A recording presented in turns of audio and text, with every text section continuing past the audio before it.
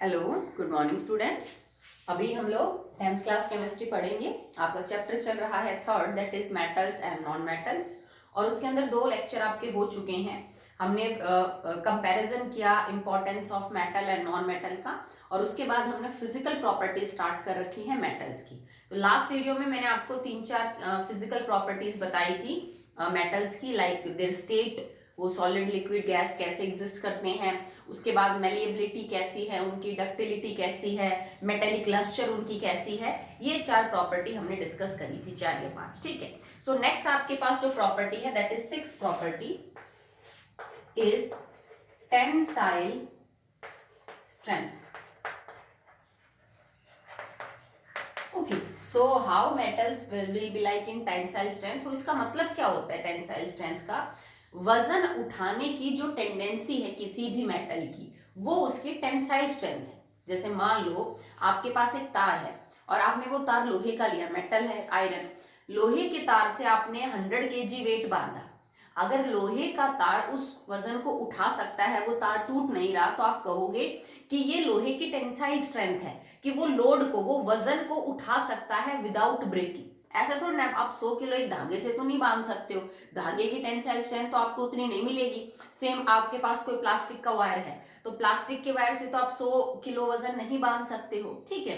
तो tensile strength होती है किसी भी सब्सटेंस की वजन उठाने की टेंडेंसी विदाउट ब्रेकिंग, कि वो चीज टूटे ना और उतना लोड उठा ले। ठीक है।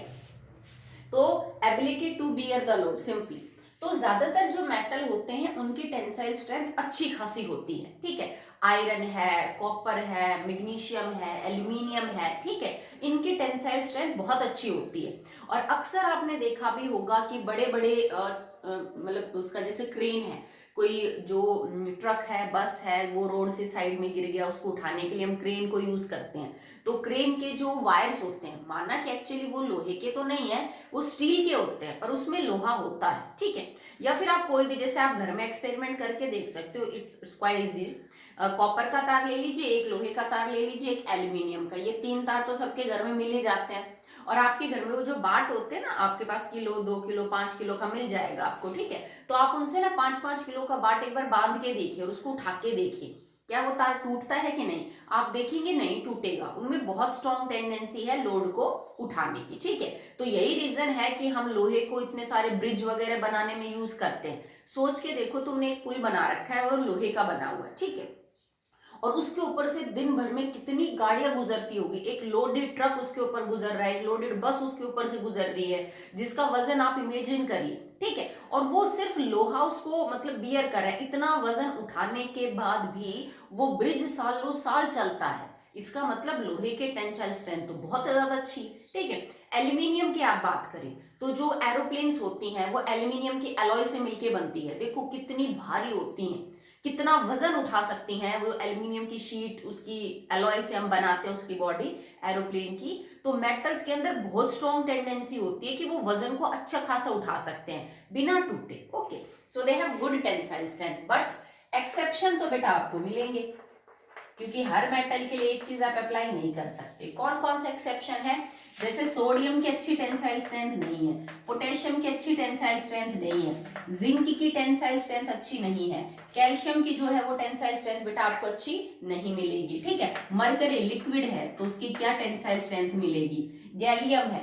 इन मेटल्स की टेंसाइल स्ट्रेंथ अच्छी नहीं है, ये ज्यादा लोड वगैरह बियर नहीं कर सकते, पर ज्यादातर मेटल्स की टेंसाइल स्ट्रेंथ अच्छी होती। ओके, चलिए नेक्स्ट है बेटा आपकी 7th property, melting point and boiling point. तो मेटल्स का यूजुअली मेल्टिंग और बॉइलिंग पॉइंट हाई मिलेगा, usually it is quite high, मतलब अराउंड आपको 1000 केल्विन और 1000 डिग्री सेल्सियस से भी ऊपर देखने को मिलेगा।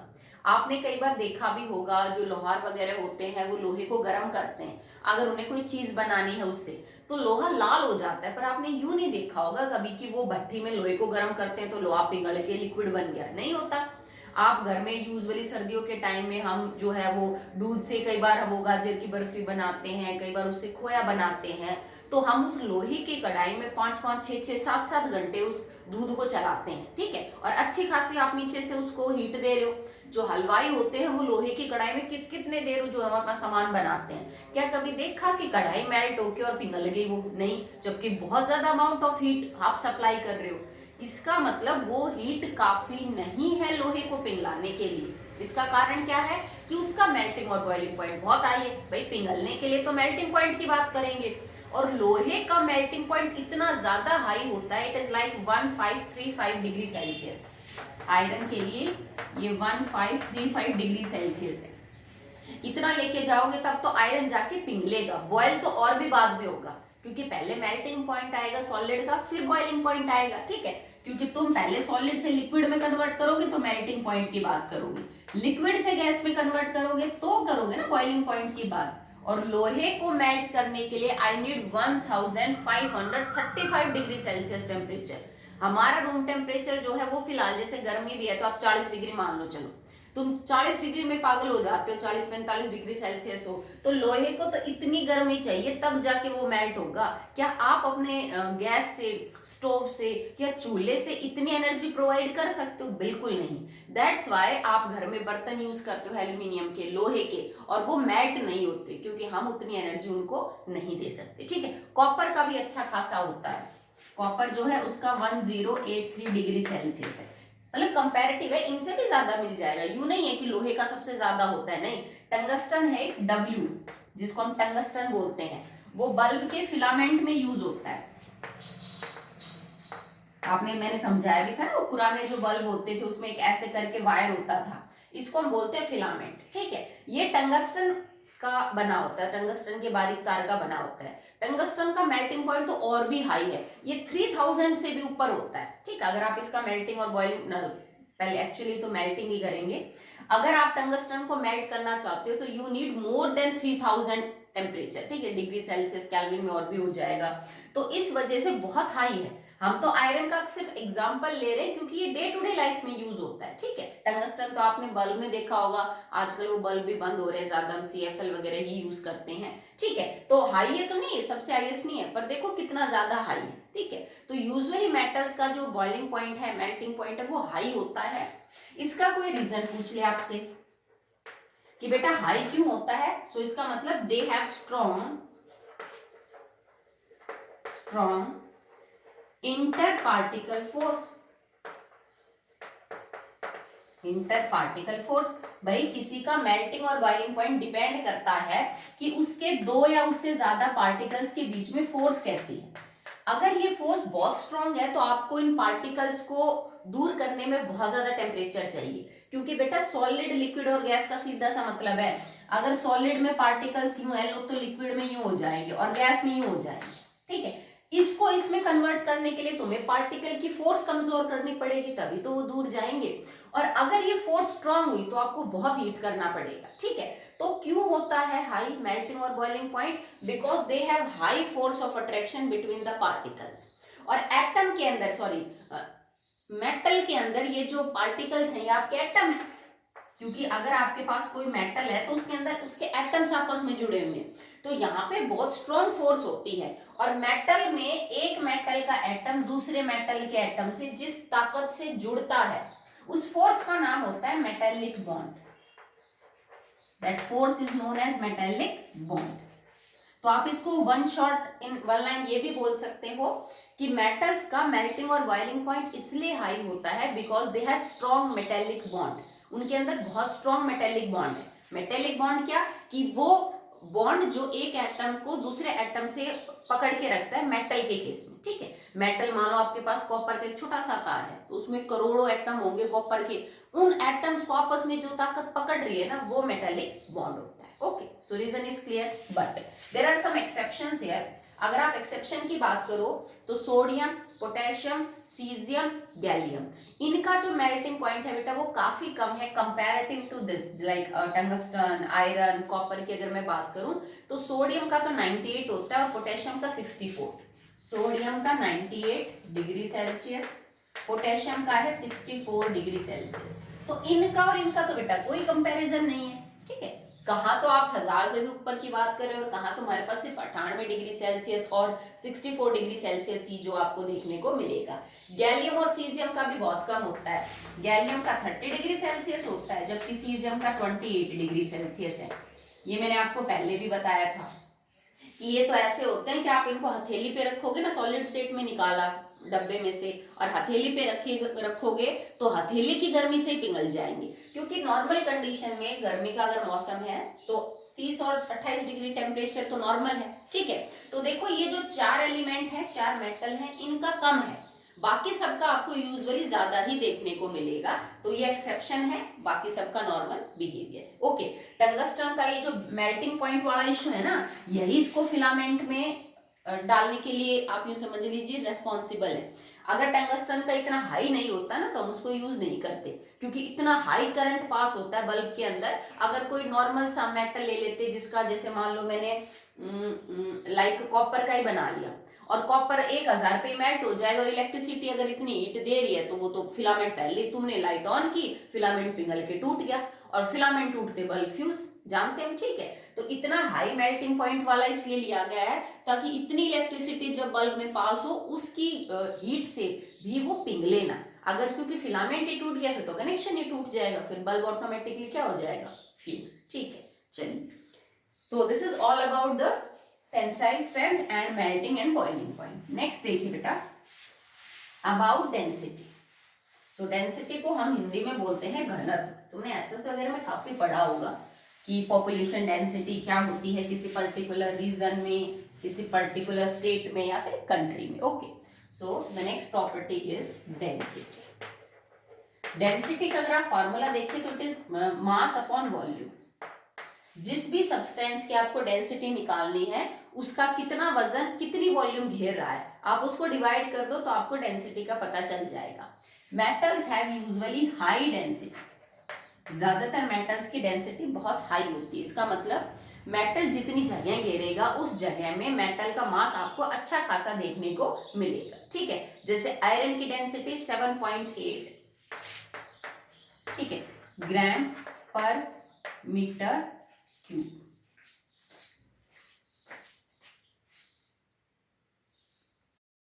द डेंसिटी ऑफ आयरन, बेटा आप इसको ना बुक में करेक्ट कर लीजिए, ये थोड़ा इसकी यूनिट्स गलत दे रखी हैं। इट इज नॉट ग्राम पर metre cube, it is gram पर सेंटीमीटर क्यूब। आप अपनी बुक के अंदर इसको ठीक कर लीजिएगा, मैं मतलब बताती हूँ इनमें बहुत डिफरेंस है जो लिखा गया है, ठीक है। पहले आप इस चीज को समझो कि किसी भी सब्सटेंस की डेंसिटी 7.8 ग्राम पर मीटर क्यूब या फिर 7.8 ग्राम पर सेंटीमीटर क्यूब होने में क्या फर्क है। ओके, डेंसिटी है मास अपॉन वॉल्यूम, ये मैंने मास की यूनिट ले ली ग्राम, वॉल्यूम की यूनिट मैंने मीटर क्यूब या सेंटीमीटर क्यूब ले रखी है। समझते हो, वॉल्यूम को आप लीटर में मिलीलीटर में भी मेजर कर सकते हो, तो वॉल्यूम को हम सेंटीमीटर क्यूब और मीटर क्यूब में भी मेजर कर सकते हैं। कैसे, देखो, तुम क्यूब को जानते हो, क्यूब क्या होती है, ये एक ऐसी शेप है जिसकी लेंथ, ब्रेड्थ और हाइट तीनों बराबर होती है, ठीक है। क्यूब आप जानते हो, आई थिंक मैथ में आपने पढ़ा है। मैं इसकी एक साइड को मान लीजिए ए मानती हूँ, तो ये वाली भी ए होगी और ये वाली भी ए होगी। भाई length is equal to breadth is equal to height, सब ए के बराबर है। और क्यूब की वॉल्यूम क्या होती है, volume of the cube is equal to length multiply by breadth multiply by height, तो a multiply by a multiply by a that is equal to a cube.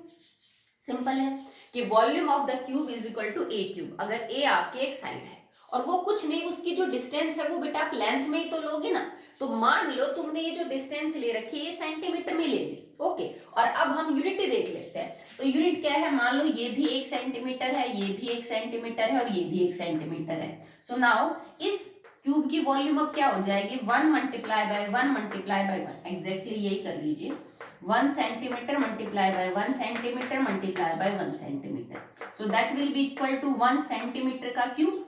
समझ गए आप। तो अगर आप वॉल्यूम को जरूरी नहीं बेटा लीटर और मिलीलीटर में मेजर करें, हम चाहें तो उसको सेंटीमीटर क्यूब में भी मेजर कर सकते हैं। अगर मीटर क्यूब में मेजर कर रहे हैं तो इसका मतलब क्या हुआ कि हर जो लंबाई है वो आपको मीटर में दे रखी है। मान लो ये भी 1 मीटर है, ये भी 1 मीटर, ये भी 1 मीटर। अब वॉल्यूम क्या हो जाएगी, 1 metre multiply by 1 metre multiply by 1 metre is equal to 1 metre cube. समझते हो। तो 1 सेंटीमीटर क्यूब में और 1 मीटर क्यूब में क्या फर्क है, 1 सेंटीमीटर क्यूब का मतलब है एक ऐसी क्यूब जिसकी हर साइड 1 सेंटीमीटर है, so volume will be 1 centimetre cube. 1 metre cube volume का मतलब क्या है कि it is equal to the volume of a cube जिसकी जो हर साइड है वो किसके बराबर होती है बेटा, 1 मीटर के बराबर है। अगर आपको कन्वर्जन ही करना है that how can we convert centimetre और metre cube into the litre और मिलीलीटर, तो ये मैंने आपको मोल कॉन्सेप्ट में बताया भी होगा, नहीं तो आप इसको यूं ध्यान रख सकते हो that 1 centimetre cube is equal to 1 millilitre. ये है 1 सेंटीमीटर क्यूब 1 मिलीलीटर के बराबर होता है। ओके, चलो अब इन दोनों में डिफरेंस चेक करते हैं। आयरन की डेंसिटी 7.8 ग्राम पर मीटर क्यूब होने का मतलब है कि अगर मेरे पास आयरन की बनी हुई क्यूब हो, सॉलिड क्यूब, खोखली नहीं, ठीक है, आपके पास सॉलिड स्टेट में लोहा है और उस लोहे को काट के आपने क्यूब बनाई है और जिस क्यूब की जो हर साइड है वो 1 मीटर है। भाई मैंने लोहे को काटा और लोहे की एक सॉलिड क्यूब बनाई जिसकी हर साइड 1 सेंटीमीटर है, तो मीटर ले लेते हैं, 1 मीटर है। तो इस टाइम में इस टोटल क्यूब में जितना वजन होगा वो टोटल 7.8 ग्राम होगा according to this unit. Okay, कि 7.8 ग्राम पर मीटर क्यूब डेंसिटी होने का मतलब है कि अगर मैं लोहे की एक ऐसी सॉलिड क्यूब बनाऊं जिसकी हर साइड 1-1 मीटर हो, ठीक है, तो उसमें टोटल वजन 7.8 ग्राम होगा। अब ये चीज बहुत बिल्कुल भी प्रैक्टिकल नहीं है, आप खुद इमेजिन करके देखो, 1 मीटर आई थिंक इतना होता है, इतनी लेंथ, इतनी ब्रेड्थ और इतनी हाइट का लोहे की सॉलिड क्यूब का वजन क्या सिर्फ 7.8 ग्राम होगा? बिल्कुल भी नहीं, ठीक है, तो ये गलत है। लोहा तो बहुत भारी होता है, उसमें तो बहुत ज्यादा वजन मिलेगा। ये चीज प्रैक्टिकल हो सकती है, कैसे कि मेरे पास एक ऐसी क्यूब है जिसकी हर साइड 1-1 सेंटीमीटर है। अब 1 सेंटीमीटर हार्डली इतना होता है, ज्यादा नहीं, तो आपने एक ऐसी क्यूब बनाई जिसकी हर साइड 1-1 सेंटीमीटर की है। और अगर मैं इस क्यूब का वजन देखूं, आयरन की सॉलिड क्यूब जिसकी हर लेंथ 1-1 सेंटीमीटर है, तो इस टोटल में वजन होगा 7.8 ग्राम। अब now that will be practical, ये थोड़ा हमें लगता है कि हाँ भाई ये हो सकता है कि आयरन की अगर मैं 1-1 सेंटीमीटर की लेके एक सॉलिड क्यूब बनाऊं तो उसमें 7.8 ग्राम जो है वो वजन होगा। तो ये सही है, ये गलत है बेटा, इनको ठीक कर लेना अपनी बुक में। ग्राम पर मीटर क्यूब तो बहुत ज्यादा वजन हो जाएगा उसमें, तो इट इज ग्राम पर सेंटीमीटर क्यूब, ठीक है। तो ये क्या कह रहा है कि यूजुअली मेटल्स की जो डेंसिटी है ना वो अच्छी खासी हाई होती है, पर एक्सेप्शन तो बेटा आपको यहाँ भी देखने को मिल जाएंगे, कुछ की लो भी होती है। और ये भी नहीं है, आयरन का तो बार बार एग्जांपल इसलिए लेता है क्योंकि आप इसको देखते हो रोज, ठीक है। इसके अलावा कई सारे ऐसे एलिमेंट है, मेटल हैं जिनकी इनसे भी ज्यादा पाई जाती है। जैसे एक है आपके पास इरिडियम एंड ऑस्मियम, इनका काफी ज्यादा हाई डेंसिटी आपको देखने को मिली। इरिडियम की होती है 22.61 और ऑस्मियम, ये एलिमेंट्स जो है वो आपने अभी पढ़े नहीं है, आगे आएंगे आपको, ठीक है। और इसकी होती है आई थिंक 22.5 समथिंग है, ठीक है, ग्राम पर सेंटीमीटर क्यूब।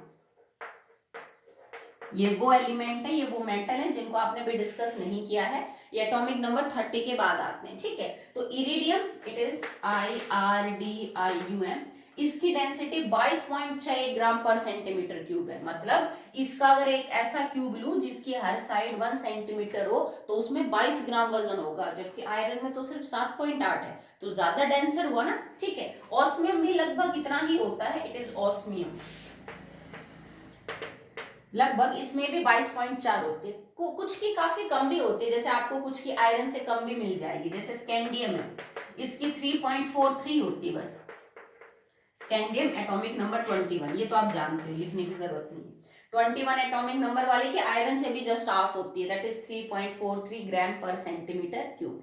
इस केस में सोडियम और पोटेशियम अगेन एक्सेप्शन है, बिकॉज सोडियम के केस में आपकी डेंसिटी 0.97 और पोटेशियम के केस में 0.83 ग्राम पर सेंटीमीटर क्यूब है।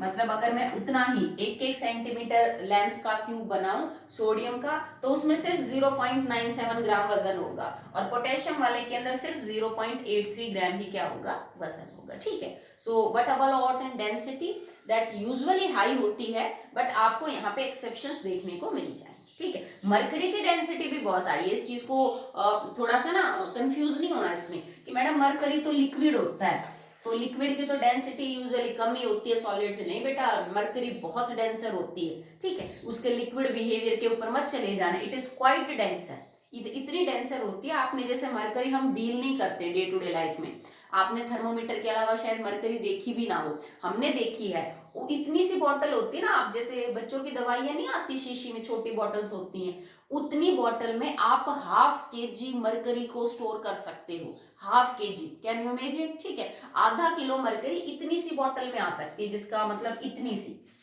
इतनी तो उसकी हाइट हो और इतनी मान लीजिए अगर वो चौड़ी हो, तो इसमें लगभग आधा किलो मरकरी आप ला सकते हैं। तो इसका मतलब क्या हुआ, अगर किसी का density is equal to mass upon volume है, मास बहुत ज्यादा है भाई, इतनी सी शीशी में इतना ज्यादा मरकरी आ गया, इसका मतलब मास बहुत हाई है और वॉल्यूम कम है, तभी तो डेंसिटी हाई है, क्योंकि डेंसिटी वॉल्यूम के इनवर्सली प्रोपोर्शनल है।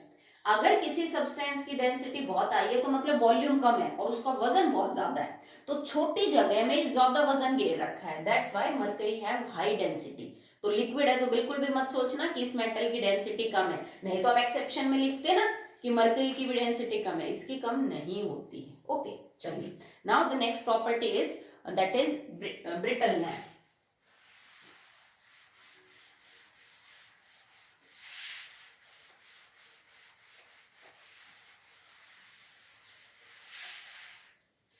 ठीक है, तो next is 9th I think, brittleness. Brittleness क्या होता है, मतलब किसी चीज का गिर के टुकड़ों में टूट जाना, टू ब्रोकन इनटू पीसीस, ठीक है, टू ब्रोकन इनटू पीसीस। जैसे आपके पास कांच का कोई ग्लास है और आप उसको ऊपर से नीचे गिराओ तो वो टुकड़ों में टूटेगा, यूं थोड़ा नहीं कि बस कांच के ग्लास के 2 टुकड़े हो जाएंगे, अगर आप अच्छी खासी हाइट से गिराओगे तो आपको जैसे बहुत सारे टुकड़े जो है वो कांच के देखने को मिलेंगे। मेटल्स में ये प्रॉपर्टी नहीं होती, ठीक है, आप एक मान लीजिए तांबे का आपके पास कोई ग्लास है, कोई लोटा है, आपने उसको 4-5 माले से नीचे गिरा दिया तो क्या उसके टुकड़े टुकड़े हो जाएंगे, नहीं होगा, ठीक है, वो मोच आ जाएगी, उसकी शेप खराब हो जाएगी, मान लो हो सकता है उसमें थोड़ी सी दरार भी आ गई, पर वो टुकड़े टुकड़े में तो नहीं टूटेगा, ठीक है। जैसे मान लो तुम्हारे पास एक मिट्टी का लम्ब है, ठीक है, तो मिट्टी का छोटा सा टुकड़ा है सॉलिड, आप उसको जाके छत पे से नीचे गिराओगे तो उसके पीस पीस हो जाएंगे ना। एक कोयला है आपके पास, कोयले को आपने ऊपर से नीचे गिराया, उसके पीस पीस हो जाएंगे, पर मेटल के साथ ऐसा नहीं होता है। आप लोहे के एक सरिये को ऊपर से नीचे गिरा दो तो क्या आपके उसके टुकड़े टुकड़े हो जाते हैं, नहीं होते। तो metals are not brittle, metals brittle नहीं होते हैं, वो टूटने पे पीसीस के अंदर जो है वो कन्वर्ट नहीं होते, दे आर वेरी हार्ड। ये ब्रिटल होना किस बात के लिए इंडिकेशन करता है बेटा, अगर पार्टिकल्स के बीच में फोर्स कम है, जो पार्टिकल इंटर पार्टिकल फोर्स है, अगर वो फोर्स कमजोर है तो जैसे आप ऊपर से नीचे गिराओगे फोर्स टूट जाएगी, पार्टिकल अलग अलग हो जाएंगे। पर मेटल्स तो बहुत हार्ड होते हैं, उनके अंदर ये जो फोर्स है ना, इंटर पार्टिकल फोर्स, हम अभी बात कर रहे थे अबाउट मेटेलिक बॉन्ड, ये बहुत स्ट्रांग है, तो ऊपर से गिरने पे भी यूं वो टुकड़ों टुकड़ों में जो है वो नहीं टूटते, ठीक है। आप चाहे उनको हथौड़े से मार लो, चाहे आप उनको कंप्रेस कर लो, वो शीट में कन्वर्ट हो जाएंगे, पर टुकड़े टुकड़े नहीं होते उनके, ठीक है। चलिए, एक्सेप्शन इसमें भी है बेटा, दैट इज जिंक। जिंक जो है वो ऊपर से गिरने पे सॉलिड सीमेंट जैसा कलर होता है इसका, इसको अगर आप ऊपर से नीचे गिराओगे तो ये जो है वो किस में कन्वर्ट हो जाएगा, पीसीस के अंदर कन्वर्ट हो जाता है। तो this have property of brittleness, तो बाकी सब में नहीं होता ऐसा। The next property is 10th is thermal conductivity, ठीक है। तो थर्मल का मतलब जहां पे भी केमिस्ट्री में थर्मल यूज होगा उसका मतलब हीट से होगा, मतलब हीट को कंडक्ट करने की जो प्रॉपर्टी है उसको हम बोलते हैं थर्मल कंडक्टिविटी मेटल्स की। आपने अक्सर घर में देखा होगा, जैसे आपकी मम्मी जब चाय वगैरह बनाती है या दूध गर्म करती है तो तुम हीट तो नीचे से ही कर रहे हो पतीली को, या फिर आपके पास कोई भी जो बर्तन है गैस तो नीचे से ही लगती है, तो इसका मतलब ये थोड़ी ना कि ऊपर से पतीली गर्म नहीं होगी। हम यूजुअली या तो उसको जो आपका हैंडल होता है वहां से उस पर प्लास्टिक या फिर लकड़ी लगी होती है, या कपड़े से पकड़ के उस पतीली को या बर्तन को नीचे उतारते हैं। इसका मतलब अगर बर्तन को नीचे से गर्मी मिल रही है तो वो गर्मी ऊपर तक पहुंच रही है, मतलब मेटल का बना हुआ अगर कोई भी बर्तन है तो उसमें हीट ट्रांसफर हो रही है, एक हॉट एंड से कोल्ड एंड तक हीट ट्रांसफर हो रही है। जैसे तुम्हारे पास एक लोहे का सरिया है, लोहे का तार ले लो थोड़ा ध्यान से, और उस तार को आप एक साइड से गर्म करो गैस के ऊपर, ठीक है, तो आप नोटिस करोगे कि जिस साइड से गर्म कर रहे हो उसको तो होना ही होना गर्म है, पीछे तक भी हीट ट्रांसफर हो जाती है मेटल्स के केस में। ओके, तो मेटल के अंदर हीट को ट्रांसफर करने की प्रॉपर्टी होती है।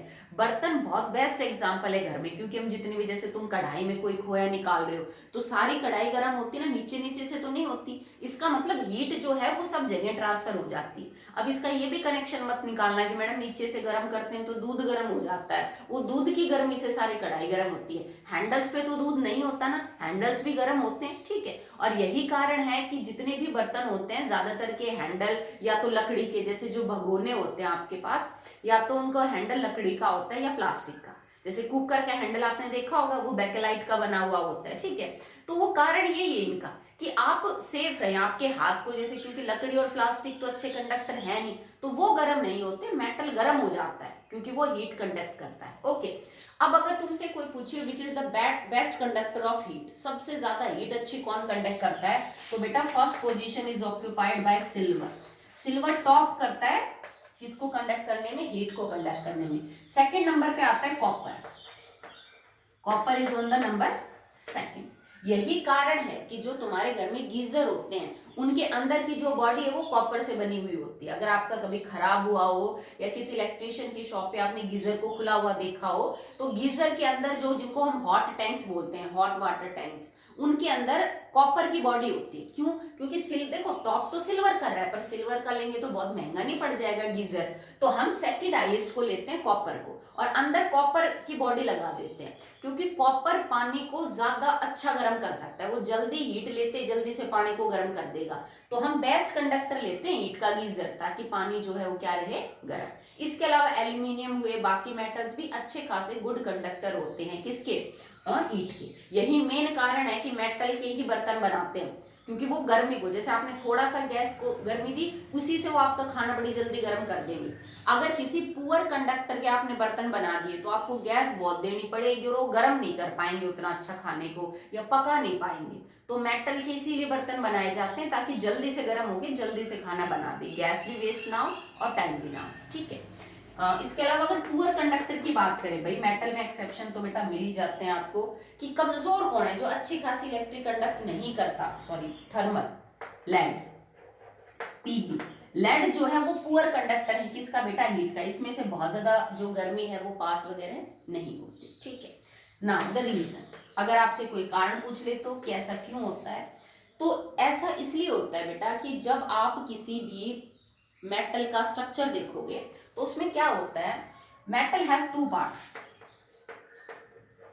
One is kernel and one is free electron. मतलब अगर तुम्हारे पास छोटा सा कॉपर का कोई टुकड़ा है और उसको तुम बहुत डिटेल में स्टडी करोगे कि एक्चुअली में इस कॉपर के टुकड़े के अंदर है क्या, तो आपको दो चीजें मिलेंगी, ठीक है। भाई कॉपर का एटम तो बिल्कुल है, इस बात में तो कोई शक नहीं है कि अगर मेरे पास कॉपर का इतना सा भी टुकड़ा है तो उसमें बहुत सारे कॉपर के एटम है और कुछ नहीं, क्योंकि कॉपर प्योर है, तो कॉपर के एटम के बिना तो कुछ मिलना ही नहीं। पर वो एटम भी दो तरह से एग्जिस्ट करता है, मतलब दो हिस्सों में एग्जिस्ट करता है, एक है कर्नेल और एक है फ्री इलेक्ट्रॉन। फ्री इलेक्ट्रॉन तो आप समझ गए, जो इलेक्ट्रॉन जो घूमने के लिए फ्री है। और कर्नेल एक पॉजिटिव चार्ज चीज होती है, कैसे, जैसे मान लो तुम्हारे पास कॉपर का छोटा सा तार है, तो एक कॉपर का एटम ये, एक कॉपर का एटम ये, एक कॉपर का एटम ये, एक ही। हम ऐसे इमेजिन कर रहे थे, एक्चुअली में स्ट्रक्चर ऐसा नहीं होता। क्या करेगा, ये कॉपर अपने अंदर से दो इलेक्ट्रॉन दे देगा और कॉपर दो पॉजिटिव बना लेगा, कॉपर दो पॉजिटिव दो इलेक्ट्रॉन, अगला कॉपर भी कॉपर दो पॉजिटिव दो इलेक्ट्रॉन, अगला कॉपर भी कॉपर दो पॉजिटिव दो इलेक्ट्रॉन। ये जो दो पॉजिटिव वाली आयन बनी है ना, इसको हम कर्नेल बोलते हैं। किसी भी मेटल के केस में जब एक मेटल अपने वैलेंस इलेक्ट्रॉन लूज कर दे तो उसके बाद ये जो पॉजिटिव हिस्सा बचता है इसको कर्नेल बोला जाता है, ठीक है। तो ये कॉपर की कर्नेल, ये उसके फ्री इलेक्ट्रॉन, ये कॉपर की कर्नेल, ये उसके फ्री इलेक्ट्रॉन, ये कॉपर की कर्नेल, ये उसके फ्री इलेक्ट्रॉन, ओके। और ये जो फ्री इलेक्ट्रॉन है ना, ये इलेक्ट्रिसिटी के लिए रेस्पॉन्सिबल है। हम आगे पढ़ेंगे कि मेटल के केस में इलेक्ट्रॉन फ्री है, क्योंकि सॉलिड स्टेट में बिजली कंडक्ट करने का और कोई कारण हो ही नहीं सकता। अगर लिक्विड स्टेट में इलेक्ट्रिसिटी कंडक्ट करने के लिए आयंस रेस्पॉन्सिबल है, फ्री आयंस, तो सॉलिड स्टेट में इलेक्ट्रिसिटी कंडक्ट करने के लिए इलेक्ट्रॉन्स रेस्पॉन्सिबल है, फ्री। अगर तुम ये मान के चलो ना कि कॉपर के एटम यूं है, तो बेटा तुम इस चीज को एक्सप्लेन कर ही नहीं सकते कि कॉपर इलेक्ट्रिसिटी कैसे कंडक्ट करता है। क्योंकि हर एटम में तो इलेक्ट्रॉन्स ऑर्बिट में बंधे हुए होते हैं, वो फ्री नहीं होते। अगर इलेक्ट्रॉन ही फ्री नहीं है तो मेटल इलेक्ट्रिसिटी कैसे कंडक्ट करते हैं? तो उसका कारण ये है कि मेटल एटम के फॉर्म में नहीं मिलते, ठीक है, मेटल एटम से टूट जाते हैं कर्नेल और फ्री इलेक्ट्रॉन में, और फिर ये फ्री इलेक्ट्रॉन रेस्पॉन्सिबल है किसके लिए? इलेक्ट्रिसिटी को कंडक्ट करने के लिए। हम रीजन पढ़ रहे थे थर्मल कंडक्टिविटी का।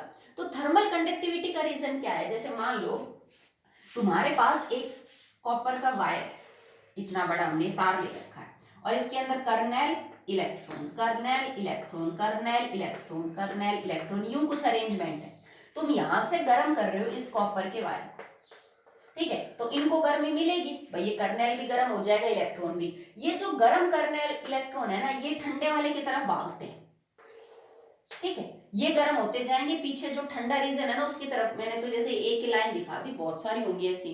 तो जो हीट मिलती है ना कर्नेल और इलेक्ट्रॉन को, तो जो हॉट कर्नेल और इलेक्ट्रॉन है वो ठंडे रीजन की तरफ भागते हैं, और इस तरह से ये गर्मी को एक रीजन से दूसरे रीजन तक लेके जाते हैं, क्योंकि ये घूमने के लिए आजाद है, ये बंधे हुए नहीं है। देखो ये इलेक्ट्रॉन और ये कर्नेल फ्री है घूमने के लिए, तो वो इलेक्ट्रिसिटी को क्या कर देते हैं, सॉरी थर्मल कंडक्टिविटी दिखाते हैं। तो दिस इज द रीजन। अब मैं इलेक्ट्रिकल कंडक्टिविटी भी आपको यही समझा देती हूँ, क्योंकि वो बिल्कुल कनेक्टेड है इससे, ठीक है। तो नेक्स्ट प्रॉपर्टीज इलेक्ट्रिकल कंडक्टिविटी। तो metals are good conductor of electricity, इसमें कोई शक की बात है ही नहीं कि इलेक्ट्रिसिटी के बहुत अच्छे कंडक्टर होते हैं मेटल। यही कारण है कि जितने भी इलेक्ट्रिकल अप्लायंसेज है उनमें जो वायर हैं वो मेटल के बने हैं, क्योंकि जैसे कॉपर वायर है, उसके बाद सिल्वर गोल्ड बताया है जैसे कंडक्ट करते हैं, उसके अलावा एल्यूमिनियम के वायर हैं, आयरन के वायर हैं, तो इनमें इलेक्ट्रिसिटी कंडक्ट करने की प्रॉपर्टी बहुत अच्छी है, that's why they are used to make wires.